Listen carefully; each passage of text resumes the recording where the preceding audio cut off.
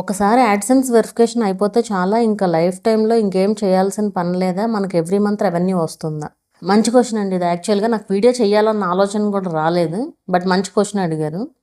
So ఇక్కడ ఏంటి అంటే మెయిన్గా యాడ్సెన్స్లో మనం ఒకసారి వెరిఫికేషన్ అన్నీ అయిపోతే సరిపోతుందా, ఇంకేం చేయవసరం లేదా అనేది వీళ్ళ డౌట్ అనమాట. లైఫ్ లాంగ్ ఇంకొచ్చేస్తుందా పేమెంట్ అనేసి. అట్లా ఏం లేదండి. ఇప్పుడు మనకి ట్యాక్స్ ఇన్ఫర్మేషన్ ఉంటుంది కదా, ఆ ట్యాక్స్ ఇన్ఫర్మేషన్ అనేది ఎవ్రీ 3 ఇయర్స్కి ఫిల్ చేయాలి. ఆల్రెడీ 2021లో చేసిన వాళ్ళకి మొన్న వచ్చింది 2024లో ఫిల్ చేయమని. సో ఆ విధంగా 2022లో చేసిన వాళ్ళకి 2025 డిసెంబర్ లోపు వస్తుంది మెయిల్. సో అది వచ్చినప్పుడు కంపల్సరీ ఫిల్ చేయాలి. ఫిల్ చేయకపోతే ఏమవుద్ది అంటే 30% కట్ అయిపోతుంది రెవెన్యూ. 30% కట్ అయిపోయి వస్తుంది మనకు వచ్చే రెవెన్యూలో.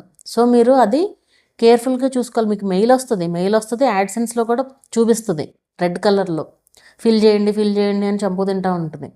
సో అది వస్తే కనుక కంపల్సరీ ఫిల్ చేయాలి. ట్యాక్స్ ఇన్ఫర్మేషన్ మళ్ళీ ఫిల్ చేయాల్సి ఉంటుంది. అండ్ ఇక్కడ ఇంకో విషయం ఏంటి అంటే ట్యాక్స్ ఇన్ఫర్మేషన్ ఫిల్ చేసేటప్పుడు కంపల్సరీ 3 ఇయర్స్ తర్వాత కదా చేసేది. మీరు నేమ్ ఉంటుంది కదా, మీరు ఏదైతే యాడ్సెన్స్లో నేమ్ ఇచ్చారో అండ్ వెరిఫికేషన్ టైంలో యూస్ చేసిన కార్డు ఉంటుంది కదా, సో ఆ కార్డు అనేది కంపల్సరీ ఉండాలి. ఆ కార్డు ఉంటేనే మీరు వెరిఫై చేయగలరు అక్కడ. ఎందుకంటే 3 ఇయర్స్ తర్వాత కదా మనం చేసేది. సో ఆ కార్డు కంపల్సరీ ఉంటేనే అది వ్యాలిడ్ అనమాట. ఫర్ సపోజ్ మీరు పాన్ కార్డ్తో చేశారనుకోండి, పాన్ కార్డ్తో చేస్తే ఆ పాన్ కార్డే యూజ్ చేయాలి తర్వాత కూడా. లేకపోతే మీకు డ్రైవింగ్ లైసెన్స్ ఏదో ఉందనుకోండి, సేమ్ నేమ్తో నేమ్ యాజ్ ఇట్ ఈస్ యాడ్సెన్స్లో ఉన్నట్టే ఉందనుకోండి, దాంతో అయినా చేయొచ్చు. మెయిన్ థింగ్ ఏంటి అంటే యాడ్సెన్స్లోనేమో, ట్యాక్స్ ఇన్ఫర్మేషన్లోనేమో, కార్డులోనేమో, ఐడి కార్డులోనేమో సేమ్ ఉండాలన్నమాట. అది మెయిన్ ఇంపార్టెంట్.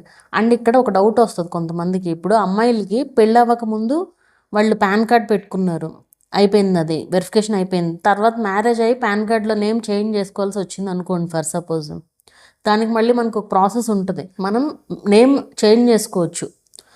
వాళ్ళు ఒక ఇది ఇస్తారనమాట మనకి, మనం రిక్వెస్ట్ చేయొచ్చు. ఆ ఫామ్ అప్లోడ్ చేయడానికి ఉంటుంది. అంటే ఇట్లా నా నేమ్ చేంజ్ చేసుకోవాలనుకుంటున్నాను అనేసి, సర్నేమ్ మ్యారేజ్ అవ్వడం వల్ల అనేసి ఉంటుంది, డీటెయిల్డ్గా ఉంటుంది అదంతా. సో దాని ద్వారా మీరు చేంజ్ అయితే చేసుకోవచ్చు అనమాట. జస్ట్ ఒరిజినల్ ఐడి అప్లోడ్ చేస్తే చాలా అయిపోతుంది. దాని తర్వాత ట్యాక్స్ ఇన్ఫర్మేషన్ కూడా ఫిల్ చేసుకోవచ్చు. సో యాడ్సెన్స్లో మనకి సొల్యూషన్ లేని ప్రాబ్లం అంటూ ఏది లేదు. ఏదన్నా చిన్న ప్రాబ్లం వస్తే చాలు తెగ కంగారు పడిపోతున్నారు ఎక్కువ మంది. అసలు అలాంటి ప్రాబ్లమే లేదు.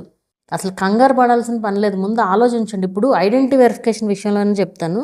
మీకు ఒకసారి ఫెయిల్ అయింది అనుకోండి, ఐడెంటిటీ వెరిఫికేషన్ ఫెయిల్ అయితే ఏ టెక్ ఛానల్నైనా కాంటాక్ట్ అవ్వండి.